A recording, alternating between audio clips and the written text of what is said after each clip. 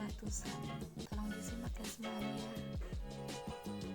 Nah, yang pertama ada materi tentang prinsip umum efek toksik. Prinsip umum efek toksik itu dapat terjadi akibat adanya interaksi antara racun dan tempat aksinya secara langsung ataupun tidak langsung. Keberadaan racun di tempat aksi ini ditentukan oleh keefektifan translokasi seperti absorpsi, distribusi, dan eliminasinya yang ada di dalam tubuh. Kemudian ada spektrum efek toksik.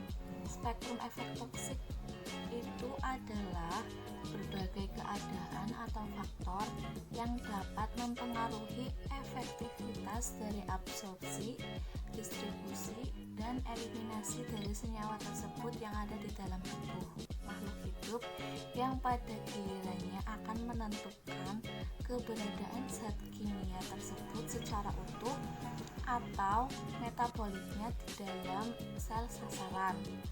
Jumlah zat kimia ataupun metabolitnya di sel sasaran akan mempengaruhi efek toksiknya. Maaf ya guys, ada suara mobil. Yang selanjutnya ada dampak efek toksik. Dampak efek toksik yang pertama adalah keracunan kronik. Keracunan kronik yaitu keracunan yang gejalanya timbul perlahan, yang diakibatkan oleh keracunan bahan-bahan kimia dalam dosis kecil, tetapi terus-menerus dan efeknya baru dapat dirasakan dalam jangka panjang, yaitu bisa setelah beberapa minggu, setelah beberapa bulan, ataupun beberapa tahun. Kemudian selanjutnya ada keracunan akut. Keracunan akut juga karena pengaruh sejumlah dosis tertentu yang dapat dilihat atau dirasakan di dalam waktu pendek. Biasanya terjadi mendadak setelah makan atau melakukan sesuatu. Untuk yang ketiga ada menurut alat tubuh yang terkena. Pada jenis ini keracunan digolongkan berdasarkan organ yang kena. Kemudian yang keempat, menurut jenis bahan pada jenis ini keracunan digolongkan dalam beberapa kategori, yaitu penyalahgunaan, sifat toksik yang sama, melalui makanan ataupun busukan, dan kontaminasi kulit atau luka bakar kimiawi. Selanjutnya yaitu sifat hubungan dosis respon. Sifat spesifik dan efek suatu paparan secara bersama-sama akan membentuk suatu hubungan yang lazim, disebut sebagai hubungan dosis respon. Hubungan dosis respon tersebut merupakan konsep dasar dari toksikologi. Untuk mempelajari bahan toksik, penggunaan hubungan dosis respon dalam toksikologi harus memperhatikan beberapa asumsi dasar. Asumsi dasar yaitu respon tergantung pada cara masuk bahan dan respon berhubungan dengan dosis. Kemudian adanya molekul atau reseptor pada tempat bersama bahan kimia berinteraksi dan menghasilkan suatu respon.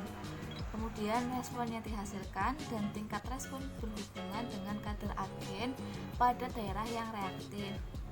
Yang terakhir, kadar pada tempat tersebut berhubungan dengan dosis yang masuk. Yang selanjutnya ada faktor-faktor yang mempengaruhi efek toksisitas. Yang pertama, faktor intrinsik racun, yaitu faktor kimia dan kondisi pemejaan.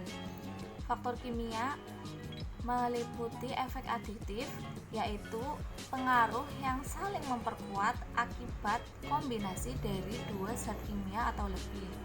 Kemudian ada efek sinergi, yaitu suatu keadaan di mana pengaruh gabungan dari dua zat kimia jauh lebih besar dari jumlah masing-masing efek bahan kimia tersebut.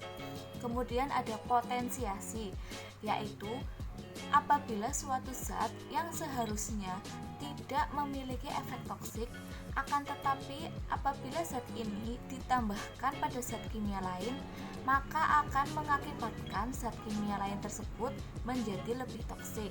Nah, yang terakhir ada efek antagonis, yaitu apabila dua zat kimia yang diberikan bersamaan, maka zat kimia yang satu akan melawan zat kimia yang lain. Kemudian yang kedua ada kondisi pemejaan, yaitu ada 4. Yang pertama akut, yaitu pemaparan bahan kimia selama kurang lebih 24 jam. Contohnya seperti kecelakaan atau keracunan mendadak. Kemudian ada subakut. Subakut adalah pemaparan berulang terhadap suatu bahan kimia untuk jangka waktu bisa 1 bulan ataupun kurang, misalnya proses kerja dengan bahan kimia kurang dari 1 bulan. Kemudian ada subkronik. Subkronik adalah pemaparan berulang terhadap suatu bahan kimia untuk jangka waktu 3 bulan, misalnya proses kerja dengan bahan kimia selama kurang lebih 1 tahun. Kemudian ada kronik, yaitu pemaparan berulang terhadap bahan kimia untuk jangka waktu lebih dari 3 bulan, misalnya bekerja dalam jangka waktu lama dengan bahan kimia. Kemudian yang kedua ada faktor intrinsik makhluk hidup. Faktor intrinsik makhluk hidup meliputi keadaan fisiologi. Keadaan fisiologi itu meliputi berat badan, jenis kelamin, umur, genetik, status gizi, kecepatan aliran darah saat hamil. Kemudian ada keadaan patologi, yaitu meliputi kondisi dan jenis penyakit menjadi faktor penting dalam menentukan keefektifan metabolisme senyawa toksik. Kemudian yang ketiga kapasitas fungsional cadangan. Pada dasarnya berbagai organ memiliki kapasitas cadangan untuk melakukan keseluruhan fungsinya. Nah, yang selanjutnya penyimpanan racun dalam diri makhluk hidup. Bila zat kimia masuk ke dalam sistem sirkulasi, maka zat itu harus dieliminasi dari sistem sirkulasi ini sebelum makhluk hidup bebas dari zat kimia. Bila zat kimia itu ada di dalam bentuk larutan sebagai gas pada suhu tubuh, maka zat tersebut akan muncul di dalam udara yang dihembuskan pada pernafasan makhluk hidup. Dan bila merupakan suatu senyawa yang tak menguap, maka mungkin melibatkan ekskresi oleh ginjal melalui sistem kencing, keringat, ataupun air ludah. Selanjutnya ada toleransi dan resistensi. Toleransi yaitu kemampuan makhluk hidup untuk memperlihatkan respon yang kurang terhadap dosis xenobiotik yang diperlihatkan sebelumnya dengan dosis yang sama. Toleransi terhadap zat kimia sangat penting dalam toksikologi, sebab kita menggambarkan suatu mekanisme dengan jalan mana spesimen biologi tertentu dilindungi dari serangan efek berbahaya dari zat kimia. Nah, yang resistensi lebih tahan terhadap dosis toksik suatu xenobiotik daripada yang ditunjukkan oleh individu lainnya.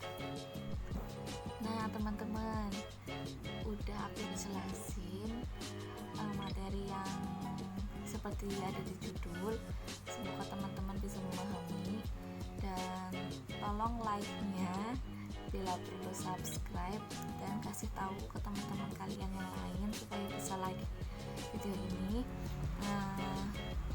Maaf apabila ada suara-suara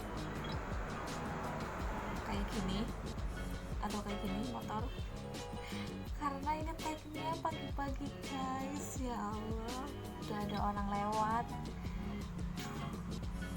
Ya pokoknya minta like-nya sama subscribe-nya aja. Terima kasih. Assalamualaikum warahmatullahi wabarakatuh.